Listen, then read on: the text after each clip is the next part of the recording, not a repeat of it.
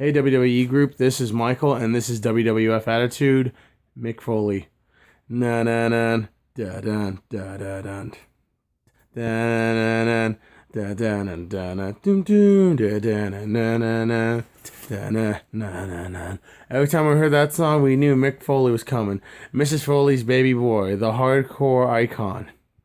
He had a bunch of other names, but long story short, he was Mick Foley. Mankind. Dude Love, Cactus Jack, bang bang. He was all those guys rolled into one.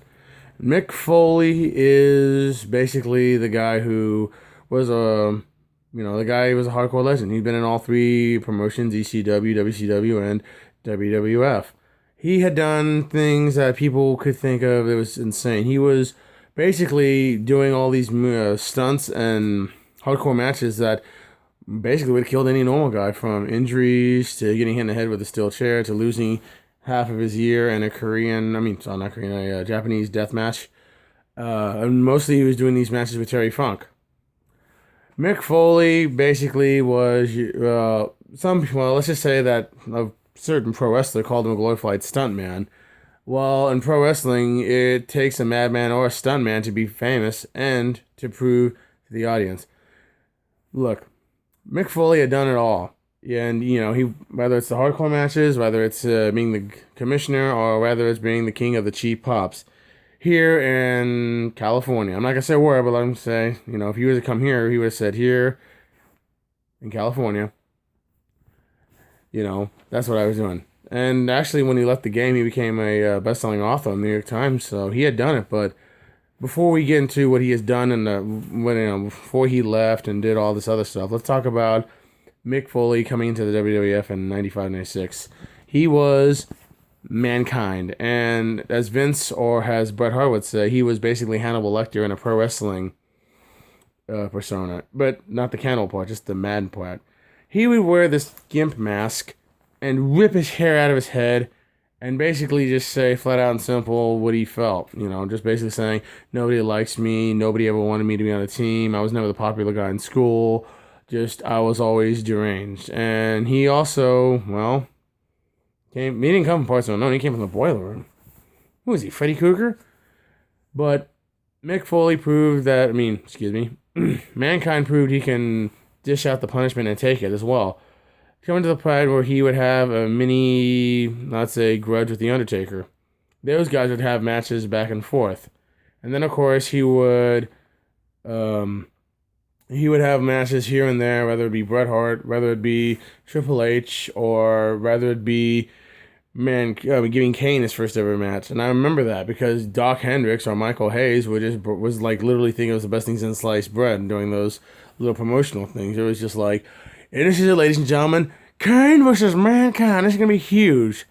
I do apologize. I think I'm losing my voice, but I'm still trudging on, I'm trying to get these documentaries, these videos out as soon as possible, but, move on, cowboy up.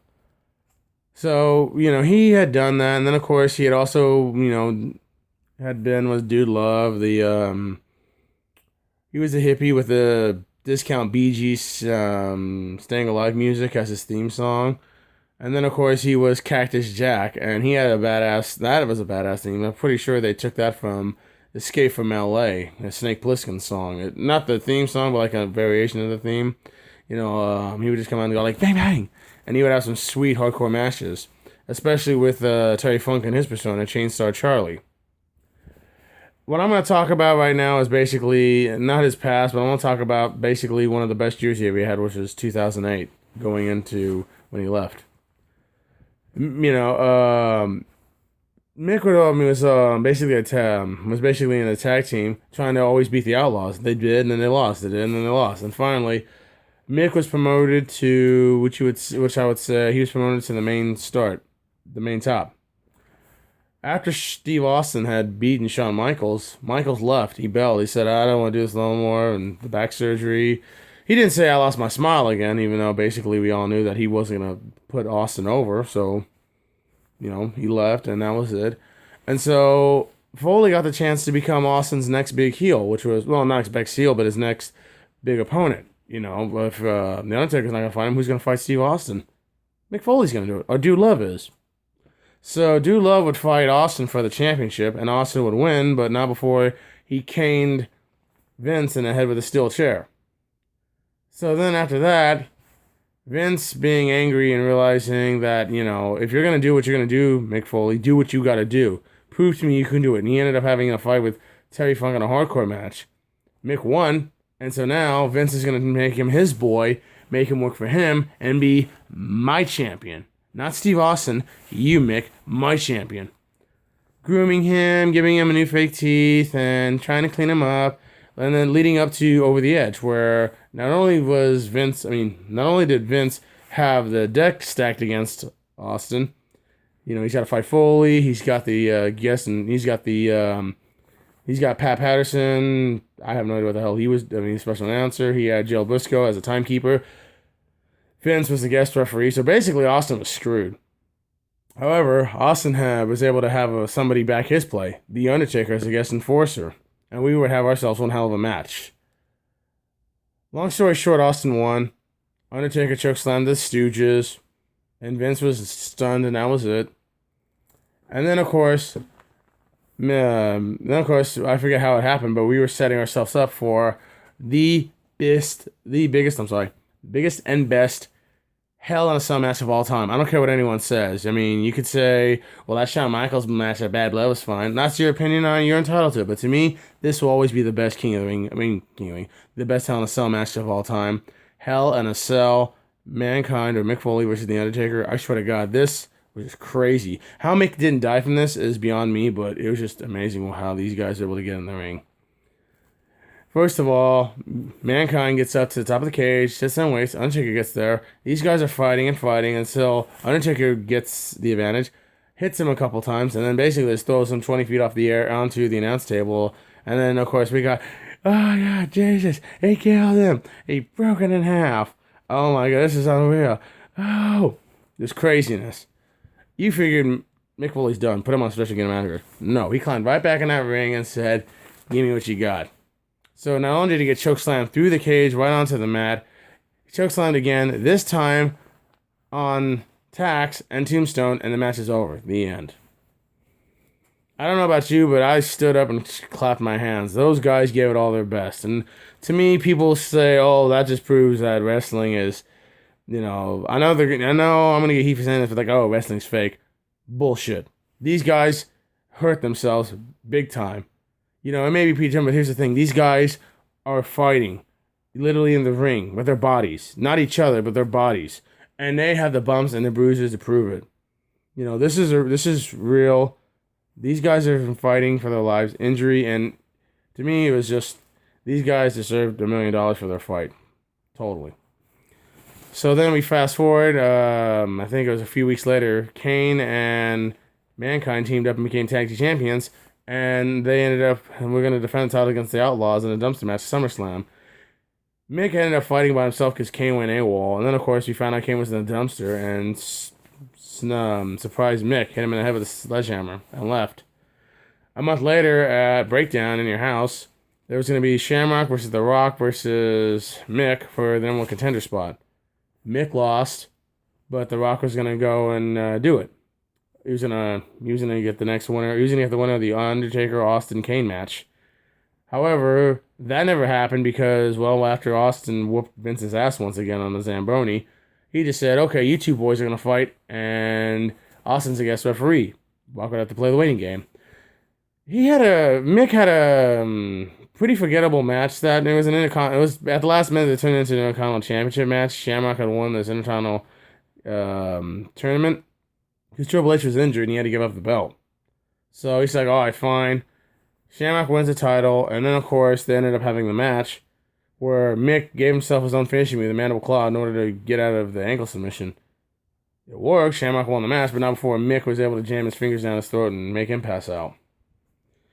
Next, we had Survivor Series Deadly Games, which basically they brought back the same concept for this year, but we're not talking about the current product. We're talking about back in 98. Mick was the heavy favorite to win the championship thanks to Vince and everybody screwing him over. But when it was all said and done, The Rock won and not Mick. However, Mick decided, I'm going to still fight for what's mine. He fought at rock bottom again. He lost. Then on January 4th, I'm sorry. Get this confused. January 4th, it was going to be between Rock and Mick once again. And I'm pretty sure, thanks to the idiots at WCW for spoiling it for us, telling us that Mick Foley's going to be our champion. Oh, Mick Foley's going to be the WWE World Wrestling Federation champion. You believe that? Yeah. That'll put butts in seats. Well, apparently it did because you guys basically gave away the ending, which is why we wanted to watch it. And what did you guys come up with? The Finger Poker Doom. That was basically that was the beginning of the end of WCW. Yeah, Will Swan on your part, Bischoff, you dumb bastard. But I digress. So then after that, Foley wins the championship. Royal Rumble. Foley and Rock had one of the most epic beating matches of all time. Rock wins because somebody's cheated by using Mick Foley's voice. After that, they fought again at the Sunday Night Heat match. At a Sunday Night Heat match they had at a Super Bowl, which basically was the halftime, which is bullshit because during the halftime show I couldn't find it. What did I find? Nothing. I had to wait till 7 o'clock to watch that match, and it wasn't even all that great. It was just these two idiots fighting in an empty arena, and then Mick ends up winning. Then finally, at St. Valentine's Day Massacre, Rock wins, keeps the title, and will fight Austin for the championship once again. The Big Show had came in that night. However, he wasn't gonna fight Austin at WrestleMania. That was gonna be Foley. Foley would get the chance to beat. Foley would get the chance to take on the Big Show, but he was known as Paul White back then. He lost, but then after that, Mick Foley came back and helped Austin win the title. Foley had done some matches here and there, and when it was all said and done, I really can't remember. All I can remember is that there was going to be a three-way dance between Triple H at SummerSlam, Triple H, Foley, and Austin. Foley won, and Austin got his ass kicked by Triple H because they're trying to push him over.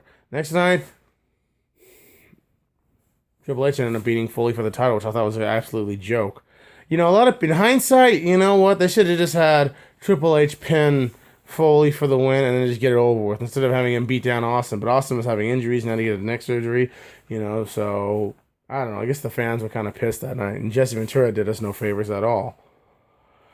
Finally, when it's all said and done, I can't remember what Foley did. Foley was in some lackluster feud, really could care less. And then finally, when January of 2000, he'd have to fight Triple H for the title at MSG. Triple H won. Next, rematch. This time, if Foley loses, he stays retired. Guess what? Triple H won.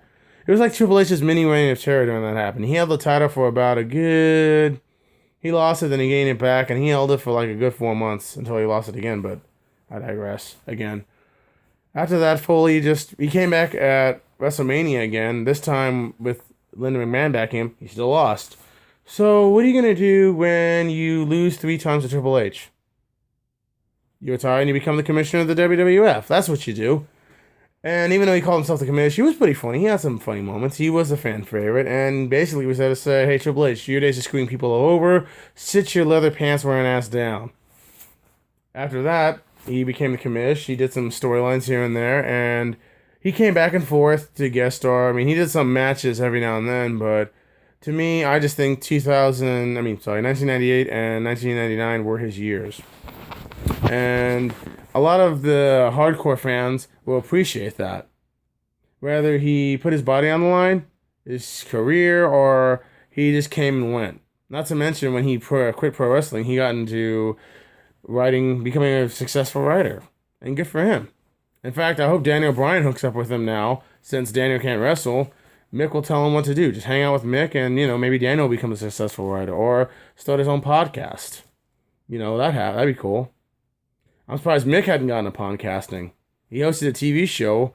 I cannot remember what it was for the life of me, but I know it was something he did. But, anyways, this has been fun. I got one more episode left in me, and I'll try to drink some tea to get my throat better and my voice better. But, this is Michael, and I'm signing off. Good night.